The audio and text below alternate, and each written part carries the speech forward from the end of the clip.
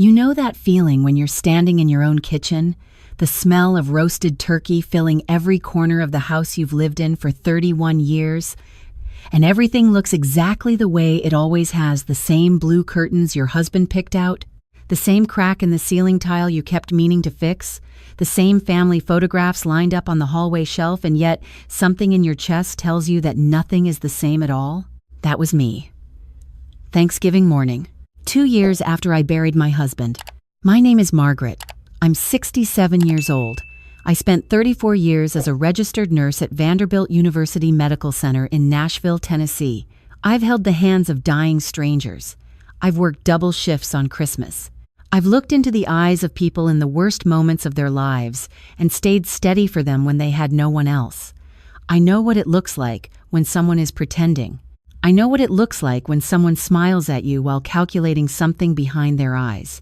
I just never thought I'd be reading that look on my own son's face.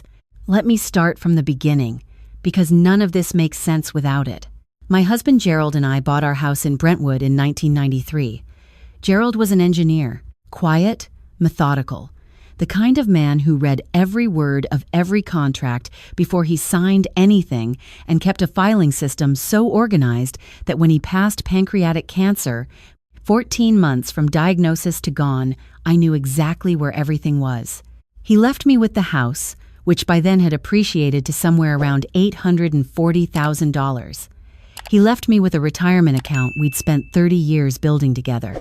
He left me with a savings account, a paid-off car, and absolutely no debt. He also left me alone at 65 with 2 adult children who suddenly became very interested in what I was planning to do with all of it. My son, I'll call him Richard, is 42. He works in pharmaceutical sales.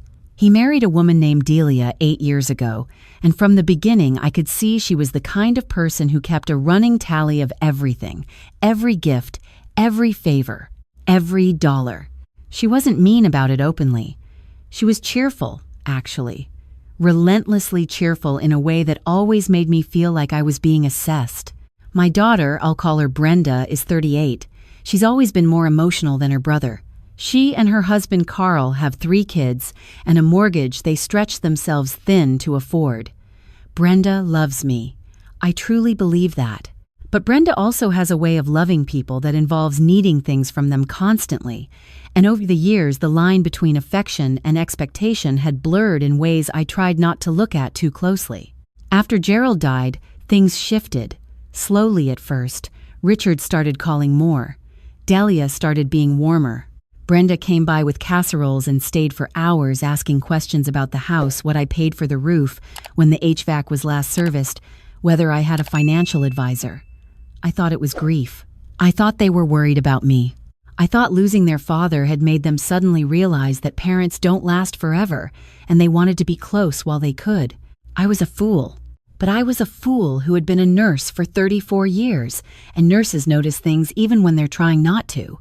It was 8 months after Gerald's funeral that I started putting the pieces together, a comment Richard made about not letting the house sit and depreciate even though the market was climbing. A conversation Brenda and I had where she mentioned twice, casually, that there was a lovely assisted living community near her house in Murfreesboro. The way Delia started referring to Gerald's savings account as the estate rather than Dad's retirement. Small things, but I was a woman who had spent 3 decades reading vital signs, and I could feel something irregular in the rhythm of all of it. I didn't say anything. I went to see an attorney instead. His name was Frank, and he came recommended by a colleague of mine from the hospital who had gone through a nightmare of her own with her children after she retired. I sat in his office on a Tuesday afternoon in late August, and I told him everything. The comments, the questions, the slow, creeping way my children seemed to be positioning themselves around my finances like they were waiting for a starting gun. Frank didn't look surprised. He told me he heard some version of this story at least twice a week. He told me there were things I could do, legally, to protect myself not from my children in some hostile way, but from the situation that was clearly developing. He explained the difference between a revocable trust and an irrevocable one. He explained what it would mean to restructure how my accounts were titled. He explained, very gently, that the best time to build a fence is before you need one. I signed the paperwork on a Thursday in September. By the time Thanksgiving came around, everything was already in place. Now, here's the part I need you to understand. I didn't know for certain what my children were planning. I had a feeling, a deep, nauseating, I hope I'm wrong feeling, and I had protected myself based on that feeling. But I still made the turkey. I still set the table with the good china. I still bought the cranberry sauce that Richard likes, the whole berry kind, not the jelly and the sparkling cider that Brenda's kids love. And I still put on the blouse Gerald always said made my eyes look bright, because they were still my children, and I was still hoping I was wrong. Richard and Delia arrived first, which was unusual. Normally, Brenda's family descended on the house like a small hurricane, kids running, Carl carrying a pie, Brenda talking before she was even through the door. But this year, Richard texted me the night before to say they wanted to come a little early to help me set up. I told him there was nothing to set up. I had it handled. He said they'd come anyway. They arrived at 11. I had coffee ready. Delia was wearing a blazer, which I thought was an odd choice for a family Thanksgiving. She sat at the kitchen table and folded her hands and looked around the room in a way that made me think of the way real estate agents look at houses. Richard asked how I was sleeping. I said fine. He asked whether I was keeping up with the yard. I said I had a service for that. He nodded in a way that managed to suggest concern while conveying the opposite of reassurance. Then he said he and Delia had been talking. I said I figured as much. He said they were worried about me. He said the house was too big for one person. He said the stairs were a liability. I'd mentioned months ago that I'd slipped on the bottom step in my socks, a throwaway comment I'd already forgotten, and I realized now that he had filed it away like evidence. He said the market was at a good point to sell. He said there were beautiful communities nearby, independent living, not assisted living. He was quick to clarify, like the distinction was supposed to make me feel better where I'd have people around me, activities, no maintenance to worry about. I poured myself more coffee and I asked him what he thought I should do with the money from the sale. He said that was something we could all figure out together as a family. And there it was. That word, together. The most expensive word in the English language when it comes from someone who means themselves. I didn't push it. I said I'd think about it. He looked relieved in a way that told me he'd expected more resistance and was pleased the opening had gone smoothly. Delia smiled and started talking about what a project it would be to sort through 31 years of things and how she knew a wonderful estate sale company. Brenda arrived with her family at noon. She kissed me on the cheek and handed me a sweet potato casserole and asked if I was doing okay. I said I was wonderful. Carl chased their youngest away from the good furniture and apologized to me the way Carl always does, genuinely and a little helplessly. The kids set themselves up in the living room. For a little while, it felt almost normal. It was while I was in the kitchen basting the turkey that I heard them. The kitchen in my house has a pass-through window into the dining room that Gerald built himself in 2001. He was proud of that window. It made the rooms feel connected, he said. I had the window cracked open to let out the steam from the oven, and I wasn't making any noise, and I suppose my children forgot that sound travels in old houses. Richard's voice first, low but clear. He was saying the conversation with me had gone better than he expected, that I seemed open to it, that if they all approached it together at dinner, with a united front, I probably wouldn't push back the way they'd feared. Delia said, "She's always been more reasonable than she lets on. We just have to frame it right, not taking over helping." Brenda said, "I just don't want her to feel like we're pushing her out." Richard said, "She won't. By the time she understands the full financial picture, she'll see it makes sense." Frank, and then he said something quieter that I couldn't fully catch, but I heard the word power of attorney, and I heard before she decides to give it all away to some charity.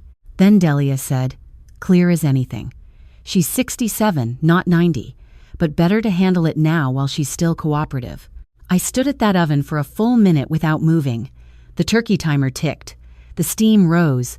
I breathed the way I learned to breathe in 34 years of nursing slowly, through the nose, in through a difficult moment, and out the other side. Then I checked the turkey, adjusted the foil, and started making the gravy. We sat down to eat at 2 o'clock. The table looked beautiful, if I do say so. Gerald's mother's tablecloth, the cloth napkins, the good glasses. The kids talked about school. Carl told a story about a construction project gone wrong that made everyone laugh. I ate my turkey, and I watched my son and my daughter-in-law moving their eyes toward each other across the table in small, coordinated glances, and I thought about Frank's office and the documents I'd signed in September, and I felt something settle in me like the last piece of a long-worked puzzle clicking into place. After pie, after the kids drifted back to the living room with their devices and Carl fell asleep in the armchair the way he always does, Richard cleared his throat. He said there was something he and Brenda wanted to talk to me about. I said I had a feeling there might be. He said he'd been doing some research. He pulled out his phone and showed me listings for independent living communities in the area. He showed me a spreadsheet. Delia had made it. I could tell from the formatting that laid out what I could expect to net from selling the house, broken into columns. One column said immediate liquidity. Another said estate simplification. Another, and this is the one that made something harden in me permanently, said family management. I asked him to explain family management. He said it just meant having a plan in place. He said it would be easier for everyone for me, he emphasized. For me first, if the finances were consolidated and overseen rather than spread across different accounts that could be hard to track. Brenda was quiet. She was looking at the tablecloth. I said, "And who would be doing this overseeing?" Richard said they'd thought a joint approach made sense, that he and Brenda could both be on accounts, that given the size of the estate, it might be wise to have family oversight rather than leaving everything in the hands of outside advisors who didn't know me or care about my well-being. I thought about Frank. I thought about the Tuesday afternoon in August when I sat in his office and told him my children seemed to be positioning themselves around my finances, and he nodded slowly and said, "Mrs. Margaret, the best time to build a fence is before you need one." I had built the fence. Now they were standing outside it without knowing it existed. I folded my napkin and set it beside my plate. I told Richard and Brenda that I appreciated that they cared about me. I told them I knew losing their father had been hard, and that watching me live alone in this big house probably brought up a lot of fear for them. I meant all of that. It was true. Then I told them that I'd been working with an attorney since August. The room got very quiet. I said that I had restructured my estate. I said the house, the retirement accounts, and the savings had been placed into a trust, an irrevocable trust, in late September, administered by a trustee who was not a member of my family. I said the beneficiaries were still my children, but that the terms of the trust were specific and could not be changed by me, by them, or by anyone outside of the legal framework I'd established. I said that any attempt to claim power of attorney based on cognitive decline would require a court evaluation, and that my attorney had a letter from my physician, dated October, confirming I was in full mental and physical health. I said all of this the way I used to deliver difficult news to families in the hospital, calmly, clearly, making eye contact, not unkindly. Richard stared at me for a long moment. Then he said, "When did you?" and stopped. Delia said, "I don't understand." I said, "I know." Brenda started to cry. Not manipulative crying. Brenda doesn't work that way. Real tears, the kind that come from suddenly seeing something clearly that you'd been looking at sideways for a long time. She said, "Mom, we weren't trying to," and then she stopped too because even she couldn't finish that sentence honestly. I told her I knew she hadn't come to the table with cruelty in her heart. I told her I believed she loved me. I told her that love and intention weren't the same thing as what would have happened. Richard said the trust could be contested. I told him he was welcome to discuss that with his own attorney, and that Frank would be happy to explain to that attorney exactly why the terms were airtight. He said, "You've been planning this since August? The whole time?" I said, "Since August. Yes, I made the turkey anyway." Carl woke up in the armchair. He looked at the four of us around the table and quietly got up to check on the kids. We sat there for a while after that. The silence was strange, not angry, exactly, or not only angry. More like the silence after a storm when the air is still charged but the worst has already passed. Richard's jaw was tight. Delia was looking at her hands. Brenda was wiping her face with Gerald's mother's good cloth napkin. I wasn't triumphant. I want to be honest about that. I had spent 34 years as a nurse because I believed in caring for people. I had spent 41 years as a wife and mother because I believed that family was the thing worth building. Sitting at that Thanksgiving table having outmaneuvered my own children was not a victory I had wanted. It was a protection I had needed. Those are two different things, and it's important to me that you understand the difference. But I will also tell you this: I was not sorry. I was not sorry that I had gone to see Frank. I was not sorry that I had asked the hard questions and listened carefully to the answers and signed the papers on that Thursday in September. I was not sorry that I had spent 34 years learning to trust my instincts about what was happening in a room, even when everyone in the room was smiling. I had watched families in hospital waiting rooms. I knew how fear and grief and money could bend people, could take ordinary people who loved each other and turn them into something they wouldn't recognize in themselves if they looked clearly. I wasn't angry at my children for being human. I was simply not willing to be the one who paid the price for it. Before everyone left that evening, Richard asked me more quietly now, the salesman energy gone out of him, whether the situation with the trust meant he and Brenda were no longer in my life in any meaningful way.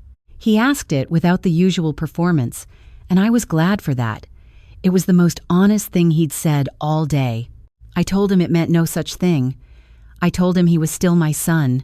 I told him the door of this house was still open to him, and to Delia, and to Brenda, and Carl, and those 3 kids who had eaten 2 servings of sweet potato casserole and were currently arguing over the remote control in the living room. I told him the trust protected my assets. It didn't protect me from my family, or them from me. We still had time. We could still choose what to do with it. He nodded. He didn't say much more. He and Delia left before Brenda's family did. Brenda hugged me at the door for a long time. She didn't say she was sorry, not in words, but she held on longer than she usually does, and when she pulled back, she looked at me with something in her face that I hadn't seen from her in a while. Something honest. I stood on the porch and watched their cars back out of the driveway, and I thought about Gerald.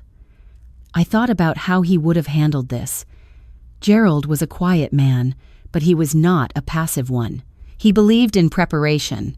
He believed in reading the whole contract before you signed it. He believed, above all, that the people you love deserve your clearest thinking, not just your warmest feelings. I thought he would have been proud of me. I went back inside and started doing the dishes. The blue curtains, the crack in the ceiling tile, the photographs on the hallway shelf, everything in its place. In January, I booked a trip to Portugal. I had always wanted to see Lisbon. Gerald and I had talked about it for years and never quite made it there, always putting it off for someday. I realized sometime after the funeral that someday had been a cage I'd been living in, waiting for a key that wasn't coming, so I booked the trip myself. 2 weeks, a small hotel near the waterfront, a walking tour of the old city, a cooking class on a Tuesday afternoon. I went alone, and it was one of the finest things I've ever done. I still live in the house in Brentwood. I still have coffee with Brenda most Sundays. Richard and I have rebuilt something slower, more honest, with less performed warmth and more actual conversation. Delia and I are cordial. It is not warm, but it is real, and I've reached an age where I prefer real to warm when I have to choose. The trust is still in place. Frank reviews it annually with me.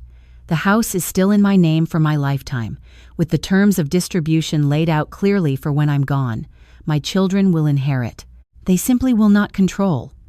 And the money I put aside, specifically Gerald would have loved this, goes to a nursing scholarship at Vanderbilt, 3 recipients per year, students who can't afford to finish their training on their own. Because I was one of those students, once, a long time ago, and someone helped me finish.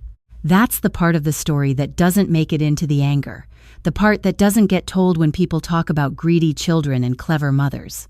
The part I want you to hear if you're 62 or 68 or 74 and you're watching this because something in the title sounded familiar. You built something. You worked for it, or you built it together with someone, or both. You raised people inside it. You gave and gave until giving felt like the only verb you knew.